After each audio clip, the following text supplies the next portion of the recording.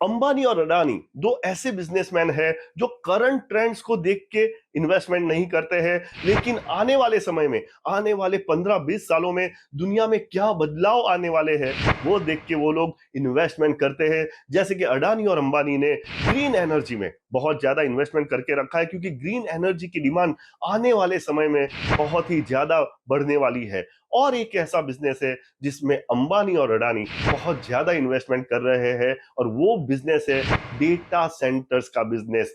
अंबानी ने तो यहां तक बोल दिया है कि data will be oil of future, यानी जो इंपॉर्टेंस पिछले 100 साल में ऑयल यानी पेट्रोल का था, उससे ज्यादा इंपॉर्टेंस आने वाले समय में डेटा का होने वाला है। क्या होते हैं डेटा सेंटर्स, क्यों अंबानी और अडानी इतना ज्यादा इन्वेस्टमेंट डेटा सेंटर्स में कर रहे हैं, और पूरे दुनिया की सरकारें डेटा सेंटर्स के लिए क्यों इतना सीरियस है, देखेंगे हम आज के इस वीडियो में। ये वीडियो बहुत ही ज्यादा इंपॉर्टेंट इंफॉर्मेशन आपको देने वाला है, तो इस वीडियो में अंत तक बने रहिए। और अगर चैनल पे नए हैं तो हमारे चैनल को सब्सक्राइब कीजिए। तो सबसे पहले डेटा सेंटर्स होता क्या है?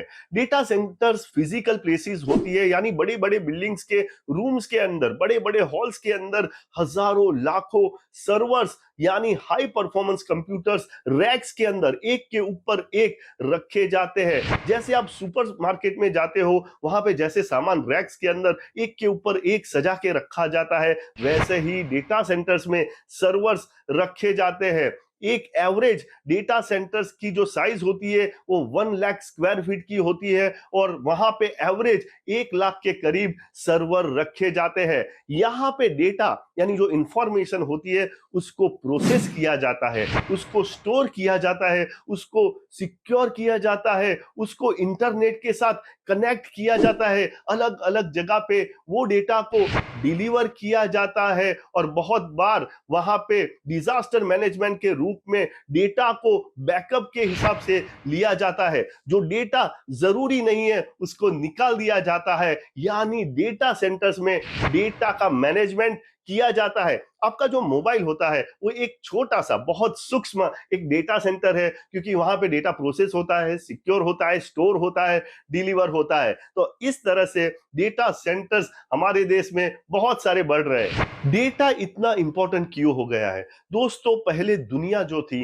वो मैकेनिकल हुआ करती थी, वो फिजिकल हुआ करती थी। आज पूरी की पूरी दुनिया डिजिटल हो गई है। हर डिसीजन हम डिजिटली लेते हैं। हमको क्या पहनना है, हमको क्या खाना है, हमको कैसा एजुकेशन लेना है, हमको कैसे एंटरटेन होना है, हम किससे शादी करेंगे, हम किससे दोस्ती करेंगे, हमारी कम्युनिटी क्या होगी, ये सब डिसीजन मेकिंग डिजिटली होती है। यहां तक कि हम भगवान की आरती और सत्संग भी अब डिजिटली करने लगे हैं। हमारे हर मशीन में, हमारी हर चीजों में अब इंटरनेट आ गया है। कार में भी इंटरनेट है, वॉशिंग मशीन में भी इंटरनेट है, हेल्थ की भी सब डिवाइसेस में इंटरनेट है। इंटरनेट के जरिए, डेटा के जरिए इन मशीनों को ट्रैक किया जाता है, आपके बिहेवियर को ट्रैक किया जाता है, और आपके इन मशीनों के साथ जो रिलेशनशिप है उसको भी ट्रैक किया जाता है। और उससे एक बेटर दुनिया बनाने के लिए, एक बेटर वर्ल्ड बनाने के लिए इन सब इंफॉर्मेशन को, इन सभी डेटा को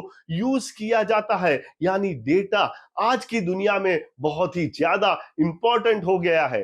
दुनिया में ऑलरेडी बहुत ज्यादा डेटा पड़ा हुआ है, और हर सेकंड बहुत ज्यादा नया डेटा जनरेट हो रहा है। तो हमारी ये रिस्पॉन्सिबिलिटी बनती है कि इस डेटा को हम सिक्योर करके, स्टोर करके रखें। और हमारे देश की सरकार ये चाहती है कि हमारे देश का डेटा हमारे देश में ही रहे, इसलिए हमारे देश की सरकार हमारे देश की प्राइवेट कंपनियों को ये बोल रही है कि डेटा सेंटर्स में ज्यादा से ज्यादा इन्वेस्टमेंट करें, जिससे हमारे देश का डेटा हमारे ही देश में रह पाए। जैसे सरकार ने ग्रीन एनर्जी सेक्टर में प्राइवेट सेक्टर्स को बोल दिया है कि आपको जो करना है वो करो, सरकार आपको सब सपोर्ट करेगा, लेकिन आपको ग्रीन एनर्जी सेक्टर में अच्छा परफॉर्म करना पड़ेगा। वैसे ही सरकार ने डेटा सेंटर्स में भी बोल दिया है कि आपको जो सपोर्ट चाहिए वो हम करने के लिए तैयार है, लेकिन डेटा सेंटर्स के बिजनेस में प्राइवेट प्लेयर्स को अच्छा परफॉर्म करना पड़ेगा। सरकार ने एसेंशियल सर्विसेज मेंटेनेंस एक्ट में भी डेटा को डाल दिया है, यानी डेटा को एसेंशियल कमोडिटी में डाल दिया है। सरकार ने है डेटा सेंटर्स इकोनॉमिक जोन भी बनाना शुरू कर दिया है। डेटा प्रोटेक्शन बिल भी सरकार ने ला दिया है। यानी डेटा सेंटर्स और डेटा से जुड़ी हुई नई नई पॉलिसीज सरकार लेके आ रही है डेटा सेंटर्स को प्रमोट करने के लिए।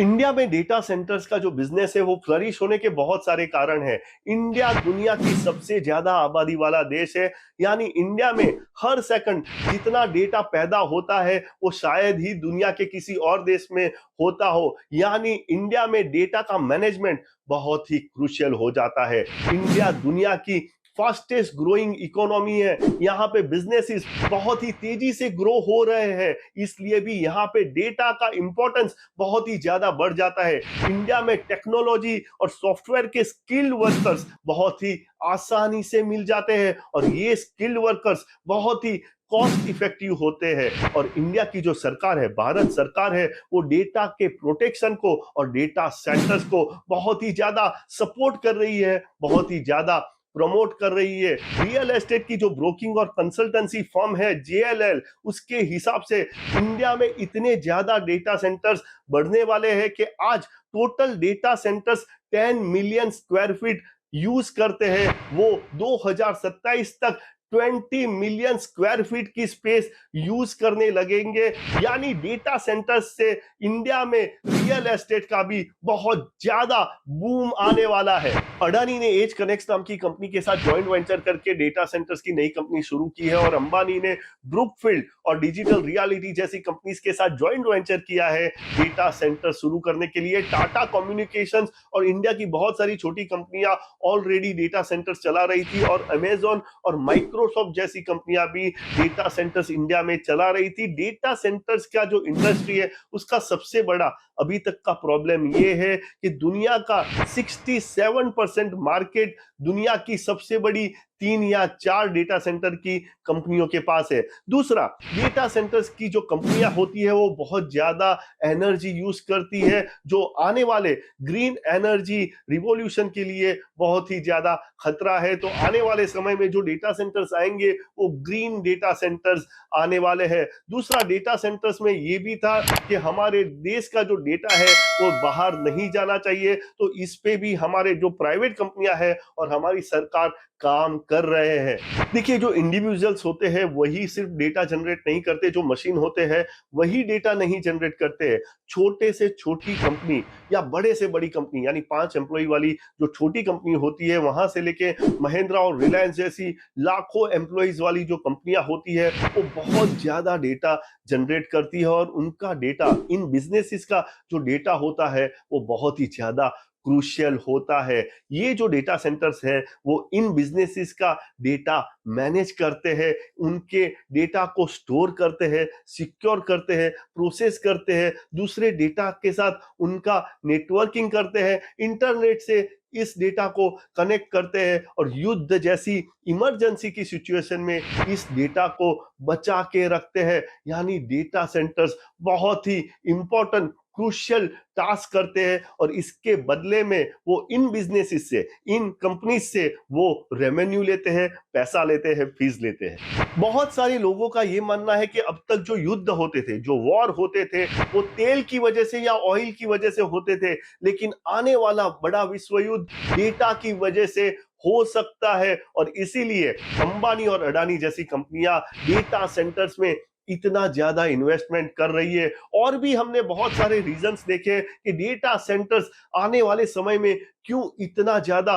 क्रूशियल बनने वाले हैं। आशा करता हूं ये वीडियो आपको पसंद आया होगा। इस वीडियो को ज्यादा से ज्यादा लोगों के साथ शेयर कीजिए जिससे सबको पता चले कि डेटा या इंफॉर्मेशन आने वाले समय में कितना क्रूशियल रोल प्ले करने वाली है। अगर वीडियो पसंद आया है तो इस वीडियो को लाइक कीजिए और चैनल पे नए हैं तो हमारे चैनल को सब्सक्राइब कीजिए और सब्सक्राइब करते टाइम बेल आइकन दबाना बिल्कुल ना भूले।